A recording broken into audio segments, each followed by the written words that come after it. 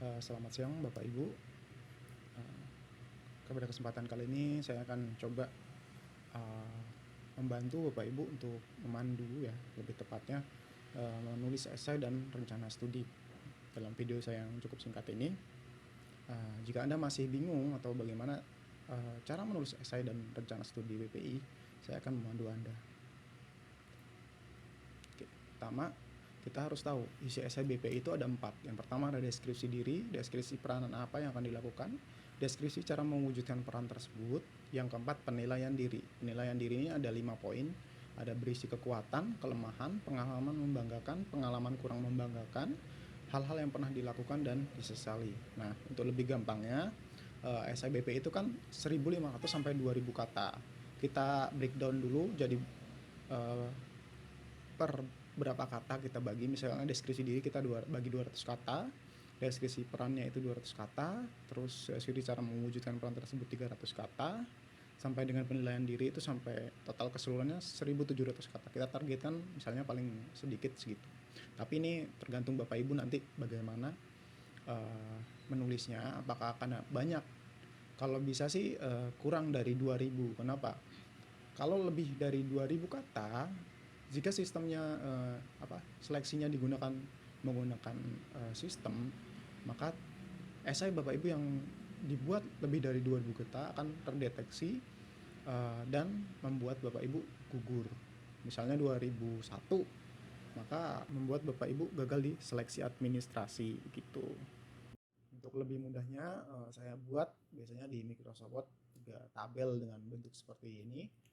Berisikan ini misalnya deskripsi diri, terus saya buat di kolom keduanya itu paragraf 1, paragraf 2, paragraf 3, lalu saya tulis, baru saya karang. Deskripsi diri itu berisi tentang nama Anda, terus latar belakang pendidikan Anda itu seperti apa, pekerjaan Anda sekarang sebagai apa, nah, itu. Lalu deskripsi peran itu dikaitkan dengan pekerjaan Anda saat ini dan apa yang akan Anda lakukan. Nah, untuk lebih mempermudah, biasanya di Microsoft Word itu jika Bapak Ibu tekan CTRL-A atau di blok satu halaman penuh, itu akan ketahuan di pojok kiri bawah itu ada berapa kata, words-nya itu ada berapa kata. Kalau saya ini ada 1.473. Nah, lalu isi SBP itu apa? Kan tadi sudah ada 4 ya. Bagaimana cara mengisinya tadi? Kita bagi. Deskripsi diri itu apa? Ini Anda lebih tahu daripada saya tentang diri Anda sendiri. Jelaskan tentang diri Anda, eh, pekerjaan Anda, latar belakang pendidikan Anda. Kalau bisa jangan menjelaskan sesuatu yang nggak ada hubungannya dengan beasiswa ini atau tujuan Anda untuk melanjutkan studi ya. Misalnya nama orang tua atau nama anak, berapa jumlah anak, itu kan tidak terlalu penting ya untuk itu. Berikan info-info yang lebih bermanfaat. Misalnya boleh dimasukkan prestasi, misalnya prestasi Anda apa. Dan prestasi pun kalau bisa prestasinya itu yang memberikan manfaat kepada orang lain. Contohnya misalnya Anda hanya mengatakan saya juara satu taekwondo atau karate atau pencaksilat itu kan tapi hanya berhenti di situ saja. Anda tidak menjelaskan manfaat dari juara satu itu tuh apa, apakah Anda membantu orang lain atau gampangnya seperti ini, Anda juara satu lomba karya ilmiah tingkat nasional. Nah, dari situ Anda memotivasi siswa Anda atau mahasiswa Anda untuk mengikuti lomba-lomba dan melakukan bimbingan terhadap siswa-siswa yang ingin mengikuti lomba, sehingga dan berhasil sampai dengan juara misalnya tingkat nasional atau internasional. Nah, itu kan memberikan manfaat. Seperti itu Bapak Ibu.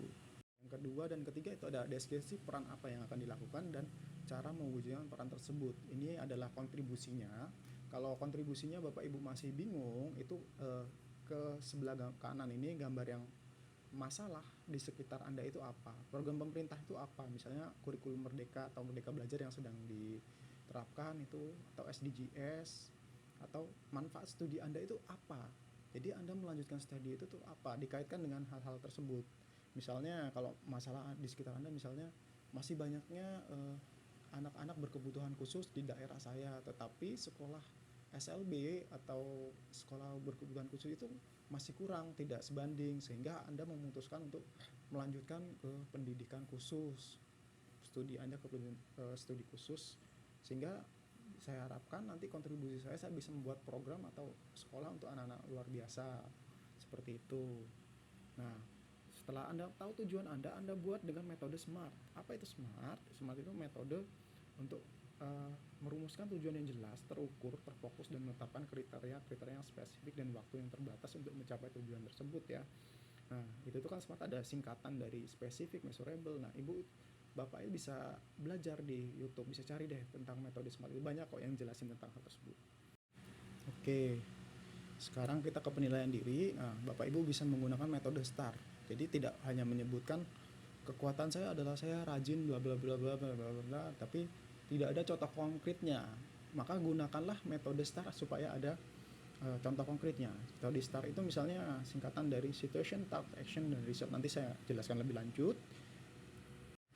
Lalu tadi kan masih bingung ya cara mencari kontribusi manfaat studi Anda. Mungkin ini bisa memandu Anda manfaat melanjutkan studi S2 atau S3 Anda itu seperti apa.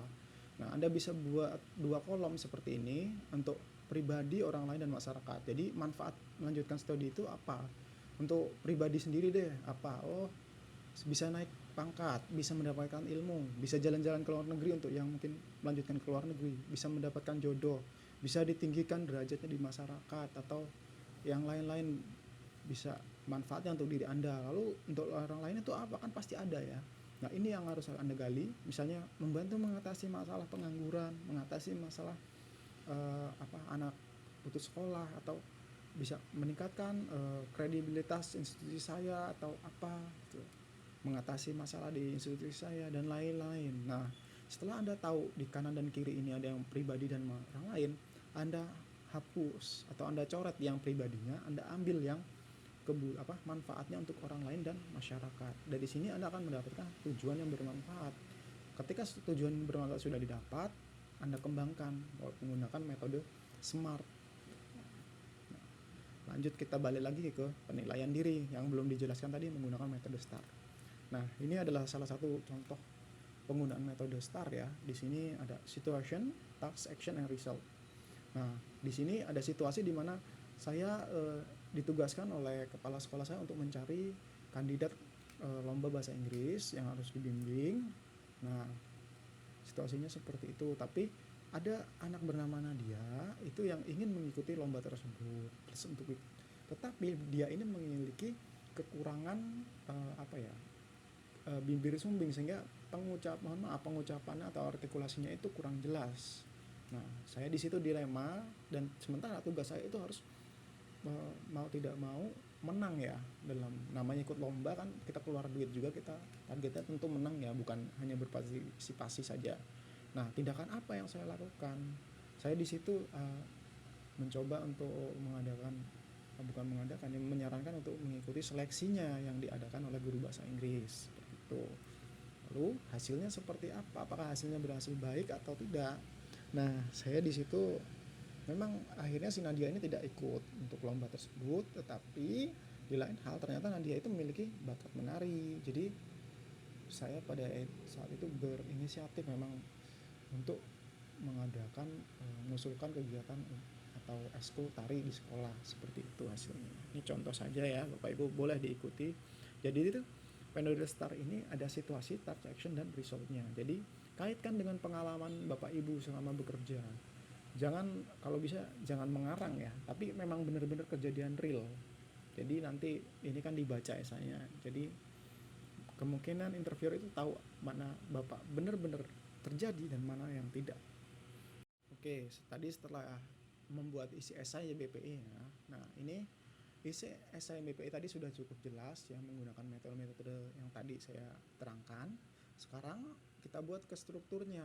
Di situ ada judul esai, opening statement, isi esai, dan closing statement.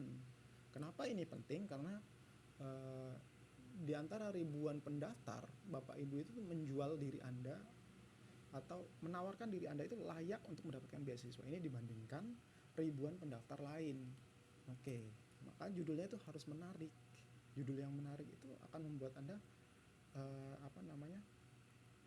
diingat, atau esai Anda menarik untuk dibaca, sehingga interviewer itu atau reviewer itu membaca esai Anda sampai dengan selesai. Buat opening statement yang menarik juga, ini salah satu contoh opening statement yang menarik. Ini salah satu saya kutip dari esaiku, dari esainya milik Fathia Fairuza. Dia menuliskan bahwa, will you take that hijab off? If you want to continue studying in the school, you cannot wear it. Nah, jadi kalimat pertama atau openingnya itu harus menarik, sehingga pembaca itu atau reviewer itu bisa, oh, orang ini adalah orang yang menarik nih, seperti apa sih, sehingga dia tertarik dengan seperti apa Anda menuliskan esai, seperti apa orang Mbak Fathia ini, seperti itu. Lalu esainya cukup jelas, kita ke closingnya juga harus menarik juga, harus diberikan closing statement yang membuat Anda itu mudah diingat.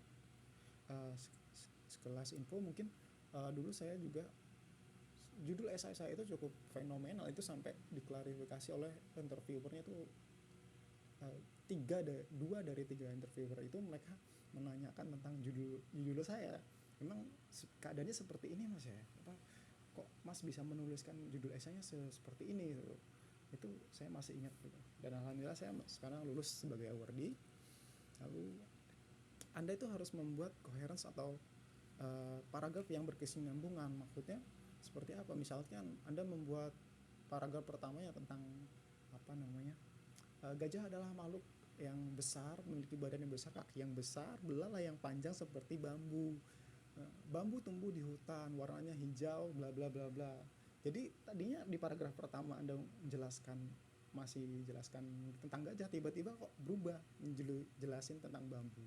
Nah, di situ Anda harus bisa membuat kesinambungan atau keterkaitan antar paragraf, seperti itu. Oke. Nah, setelah Anda selesai menulis esai, coba baca, terus edit. Mungkin ada kesalahan typo atau salah ketik, salah huruf. Lalu carilah reviewer. Ini bisa siapa saja. Saya pun dulu untuk reviewer esai itu dari orang yang bidangnya tidak sesuai atau malah berbeda bidang dengan saya. Kadang saya itu di awal itu saya minta ibu saya untuk membaca esai saya, dan dia memberi masukan ya sesuai kapasitas beliau, tapi dia selalu bilang itu bagus. Nah, sampai ke kakak ipar saya, adik saya juga saya minta sebagai reviewer, sampai teman-teman yang lain itu intinya kalau ada orang-orang di sekitar kita yang mampu nggak apa-apa, tapi banyak kok reviewer gratis, misalnya di grup mockup BPI itu juga ada yang saya buat. Silakan kalau Bapak Ibu mau bergabung, nanti linknya saya cantumkan di bawah. Pada akhirnya esai itu adalah menunjukkan diri Anda semenarik mungkin kepada orang lain melalui keunikan atau pengalaman yang Anda miliki, atau menunjukkan bahwa Anda itu layak untuk mendapatkan beasiswa ini dibandingkan dengan pendaftar lain. Jika merasa video ini bermanfaat, silakan di-share, boleh subscribe dan komen. Jika Anda butuh review atau teman mockup, silakan komen di bawah.